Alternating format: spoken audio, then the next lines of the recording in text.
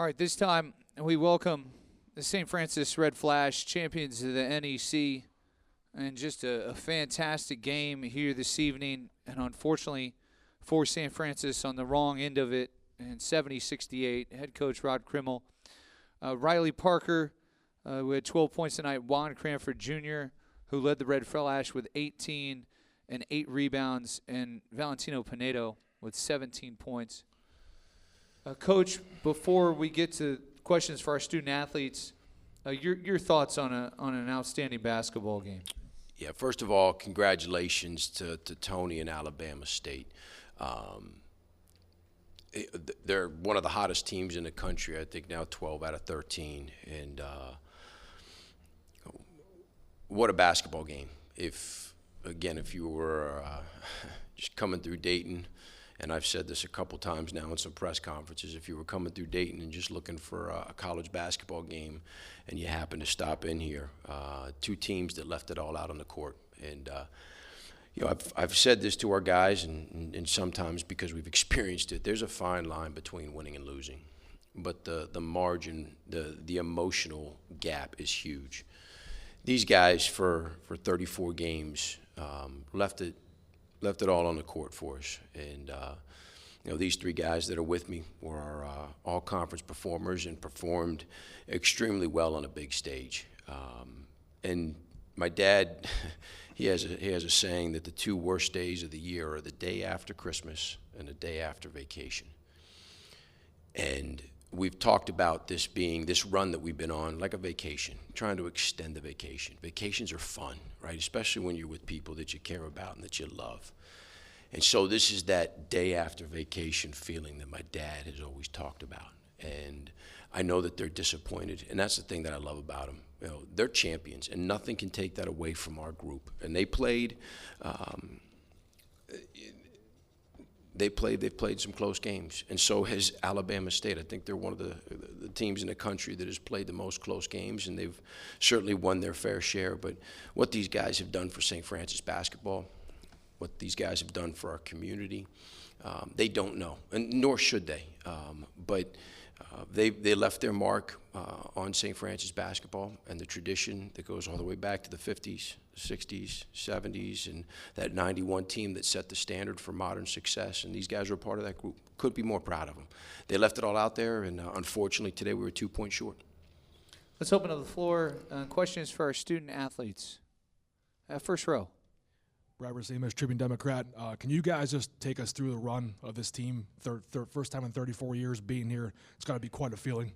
Let's start with Valentino. Well, obviously at the start of the season we didn't start as good, but we came together to just push through every game, get better as a team, and just play as a team and not try to get a stats or play individually or whatever. I think that's what's special about this team. We just play together the whole year, and we managed to push through a lot of games and obviously win our championship and come here. We came short, but I couldn't be more proud of this team. Juan? Yeah, I wouldn't want to do this with any other team, man. I love this group. This group is one of the best groups I've ever been with, including coaching staff. It was fun. It was a good journey. Learned a lot of lessons, and we learned from it, and we made them work. So it was a journey for us, and I'm very grateful for this opportunity. Riley. Yeah, just to piggyback off what the boys said, this is a great team and a locker room full of great people, and that's what Coach Krimmel told us when they recruited us, that St. Francis is a community full of good people, and it really is. And our team shows that, and we gave it everything we got the whole time, and I'm very proud of my team. Stay in the first row. Yeah, Kayla Millig from Mainline Newspapers.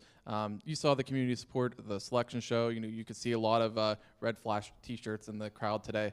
Just how important was that community support, throughout this entire run, and especially, these last couple days? Riley? The community is everything to us. We would not be here without them. Their support is phenomenal, and I just want to thank them so much, because we would not be here without every single one of those people. So, thank you, Red Flash family. Juan. Yeah, what he said, big shout out to the community, man. They play a part in sports and all sports, and they show.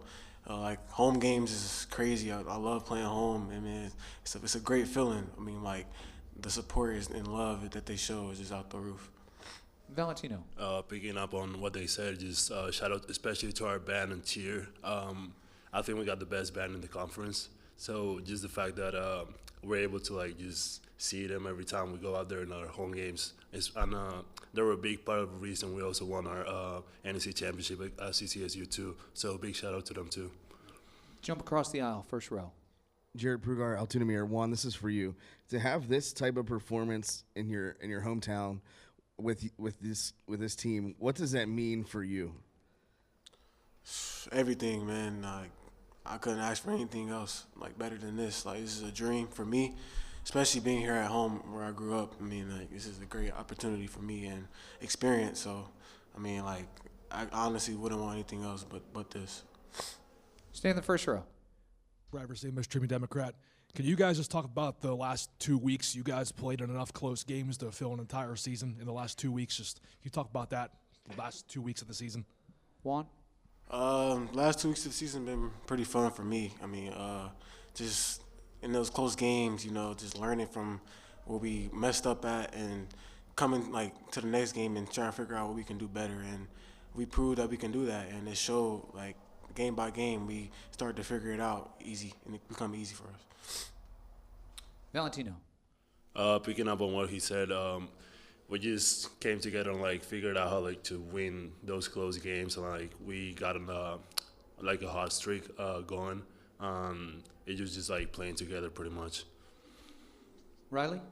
Yeah, we had a lot of fun. Just like Coach said, we wanted to extend the vacation and just, because vacations are fun and we just wanted to keep having fun. So these past 2 weeks have been absolutely amazing. And, it's a time that we're probably going to remember for the rest of our lives, and that we're probably going to show photos or share stories to our kids. And, I experienced it with a great group of people.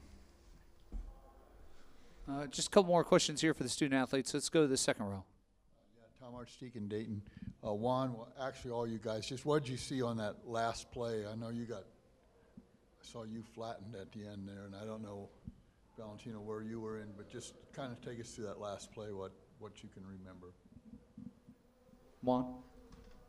All I remember is the ball being in the air, honestly. Like, I thought we had it, came down, ball got tipped, and then all of a sudden they come up with the layup. It was crazy what happened. Thought we had the possession, we turned the ball over, too many times. Honestly, like, when you turn the ball over that many times, you can't expect to come out, have good outcomes, so, yeah. Valentino, the last play. So I was obviously on the inbound place. I wasn't really like over there. So seeing that from like a distance hurt a lot for me. Just not really being able to like impact as much on that possession, that really hurt me. Last question for our student athletes, first row. Yeah, Caleb Millick from Mainline Newspapers. This is for Juan and Riley.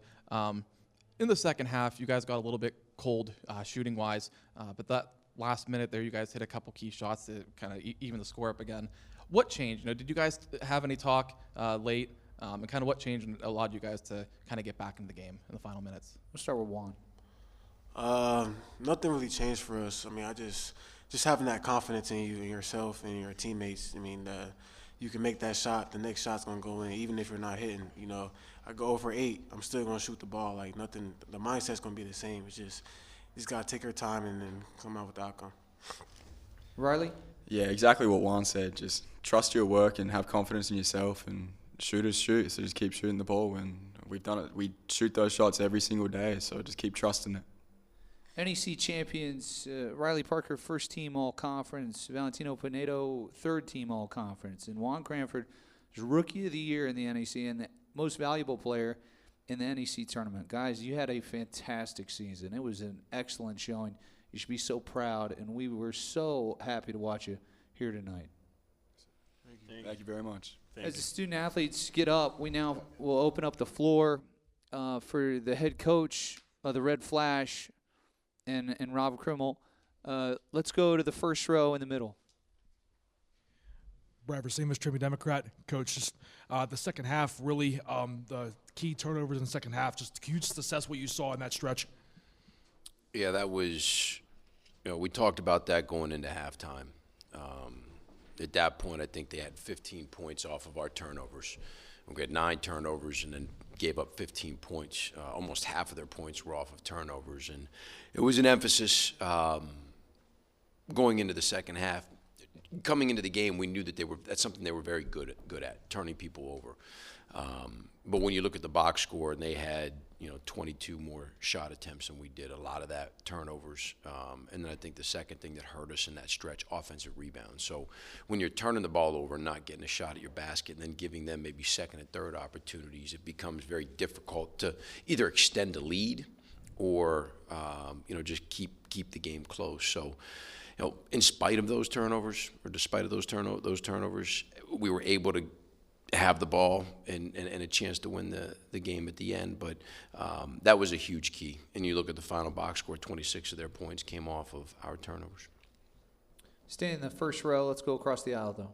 Jared Prugar, Altoona Mirror. Coach, 1:36 left.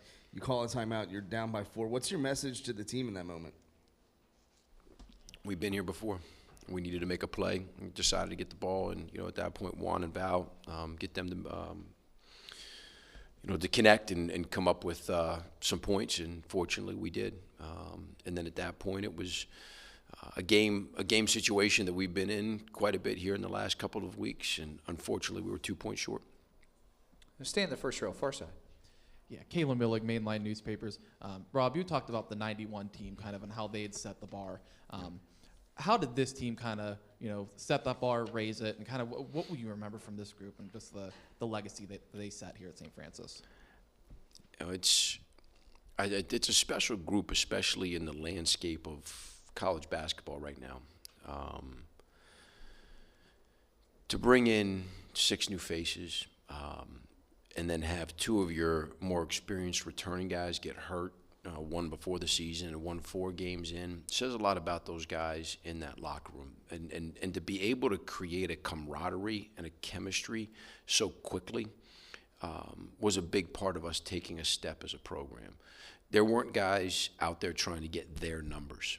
And I heard one of the guys say it. I mean, it was genuinely, they were pulling for each other. And they wanted the success to come as a group and not as a bunch of individuals. So I think that's probably what makes it so special right now, because we've had some talented teams in my 13 years that have been close and have come close to that championship moment. But these guys, they're going to be forever remembered as the Northeast Conference champions, and no one can take that away from them. And as much as this hurts right now, 10, 15, 20 years from now, or maybe 10, 15, 20 months from now, they'll be able to reflect on a really special season. And I couldn't be more proud as their head coach, the way they responded to everything that we gave them, both on and off the court. I told them they were so much fun to coach, whether it was in a hotel, in practice, in a game, wherever we were. They made my job easy because there was a joy every time this group got together. And then to compete with people like that, it's a lot of fun. On the aisle. Brad Versemas, Trinity Democrat. Coach, I know we talked before about the young youthfulness of this team. Yeah. Can you just talk about how, with this underclassmen-filled roster, how they grew in a setting like this and then overall during the season? Yeah, once you get to January, the old, you're no longer freshmen anymore. And we had, one in particular, obviously, that was Rookie of the Year. And then I think Jeremy Clayville, was all rookie for us also. And, the youth, I think early on, hurt us a little bit, especially in late games, because we didn't have maybe a go-to guy, or they didn't have the experience of understanding how to have that composure that I've talked about a little bit here. But then over the course of January and February, because those guys were truly together, I think the strength in numbers, we were able to overcome some youthful moments. And I think you talk about the young guys, but there was a lot of older guys that were reaching down to try to help out. Justin and Ace were out, but there were times in practice or even in games where they're trying to encourage these guys and pick them up, and guys that have been through it, trying to help those young guys along. And that's that's the makeup of a really good team, and that's why they were such a joy to be around, because they genuinely wanted to help each other. A couple more questions for Coach. Let's stay in the first row. Yeah, Caleb Millig, Mainline Newspapers. Coach, obviously with so many young guys on the roster, how do you make this that it's not just a Cinderella run, where this is something that maybe this program can sustain for years to come now? It's each new year, and when we wake up tomorrow, the new year starts, right? But it's we've challenged these guys, and I've always talked about progress and wanting to get a little bit better each day. And the big thing for this group is to continue to set the bar high, is to continue to demand greatness from each other. And that's, now that the season's over, you can't resort back or maybe get complacent, become lazy in certain areas. They're student athletes, so they got to get back. They got to get to class.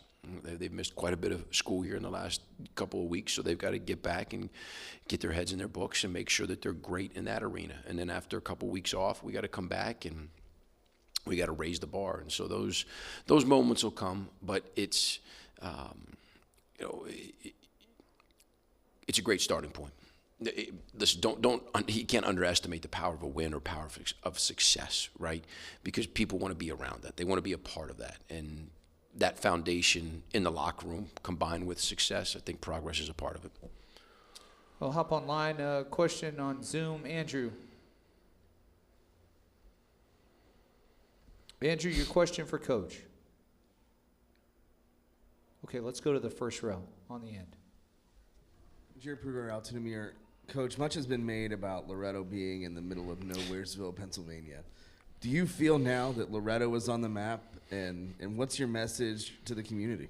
Yeah, I told our guys they put Loretto, Pennsylvania on the map, right? And I think in today's social media world, maybe the '91 team, they had a ton of success and they were really, really good. I mean, the talent that they had on that roster, Coach Barron coached them up, and they had some really good players. And but with some of the publicity that we got, Loretto, Pennsylvania is now known by a lot of people, and the area, Blair and Cambria County, there's so much passion for St. Francis. There really is. I mean, we're nestled between Pitt and Penn State, the two giants in Pennsylvania, equidistant from each other. And if you're going between the two, Loretto is a stop on the way.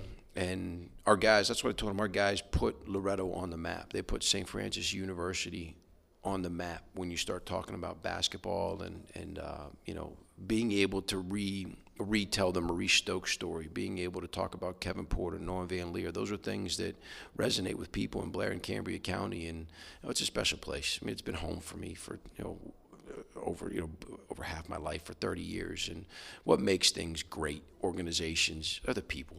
I mean, there's no secret to that. All the craziness in the world, what makes things special are people. St. Francis embraces that in the community.